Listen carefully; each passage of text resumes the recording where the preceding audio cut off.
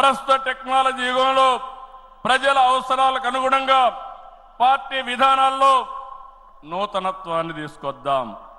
ఈ దిశగా కడప గడ్డపై జరుగుతున్న ఈ మహానాడు అనేక నిర్ణయాలు చర్చించి భావితరాల భవిష్యత్తు కోసం కార్యక్రమాన్ని రూపకల్పన చేస్తామని చెప్పి కూడా నేను మీకు తెలియజేస్తున్నా.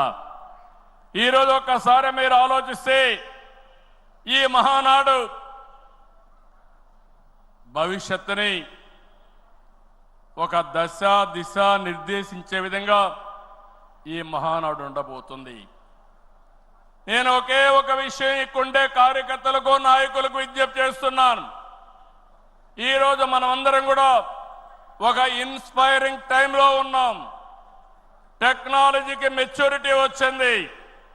స్వాతంత్రం వచ్చిన తర్వాత 78 సంవత్సరాల్లో ఏమి అభివృద్ధి జరిగిందో రాబోయే 22 సంవత్సరాల్లో అంతకంటే రెట్టింపు అభివృద్ధి జరిగే అవకాశం ఉంది. దీనికి కారణం ఈ దేశంలో ఉండే ప్రజలే కారణం అని చెప్పి నేను మీకు తెలియజేస్తున్నా. ఆ దిశగా ఈ మహానాడు ఒక చరిత్రలో మిగిలిపోతుంది. 2025 కడప మహానాడు ఒక చరిత్ర తిరగ రాయడానికి దోహదం చేస్తుందని మరొక్కసారి విజ్ఞప్తి చేస్తున్నాను.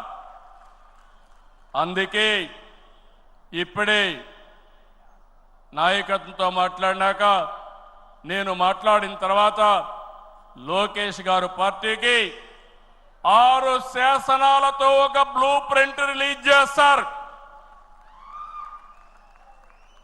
అదే మాదిరిగా ఈరోజు రేపు మనం లా అండ్ ఆర్డర్ గురించి మాట్లాడుతున్నాం. లా అండ్ ఆర్డర్లో నేను ఒకటే చెప్తున్నాను, నేరస్తులు ఎక్కడున్నా వదిలిపెట్టే సమస్య లేదు.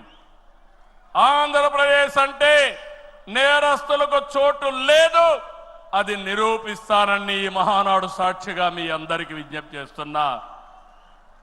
ఇంకో పక్క నదుల అనుసంధానం పోలవరం పూర్తి చేసి జలహారతి ద్వారా ప్రతి ఎకరాకు నీళ్లిచ్చి తెలుగు ప్రజల రుణం తీర్చుకునే విధంగా తీర్మానాన్ని పాస్ చేయడమే కాకుండా ఆచరణ చేస్తాం.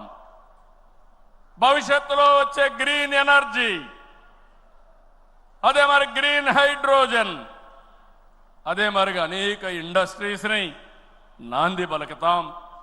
అదే మరిగా ఎక్కడికక్కడ ఏవైతే లాజిస్టిక్స్ ఉన్నాయో రోడ్లు కానీ రైల్వే కానీ పోర్ట్లు ఎయిర్పోర్ట్లు కానీ అదే మాదిరిగా పోర్ట్లు కానీ ఇంకో పక్క ఇన్లాండ్ వాటర్ వేస్ కానీ ఇవన్నీ చేసి ప్రపంచంలోనే లాజిస్టిక్స్ కాస్ట్ తగ్గే విధంగా మన ఆలోచనలు ఉంటాయని చెప్పి నేను మీకు తెలియజేస్తున్నా.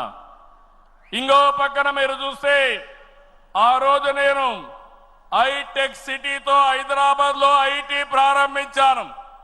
ఈ మహానాడు ద్వారా క్వాంటమ్ వ్యాలీ ద్వారా ఆర్టిఫిషియల్ ఇంటెలిజెన్స్ కూడా ప్రాధాన్యత ఇచ్చి తెలుగు జాతిని ముందుకు నడిపిస్తామని చెప్పి నేను మీకు తెలియజేస్తున్నా. ఇంకో పక్కన ఇటీవలే స్వర్ణాంధ్ర విజన్ డాక్యుమెంట్ తయారు చేశాం. కేంద్రం ప్రధానమంత్రి గారి నాయకత్వంతో వికసిత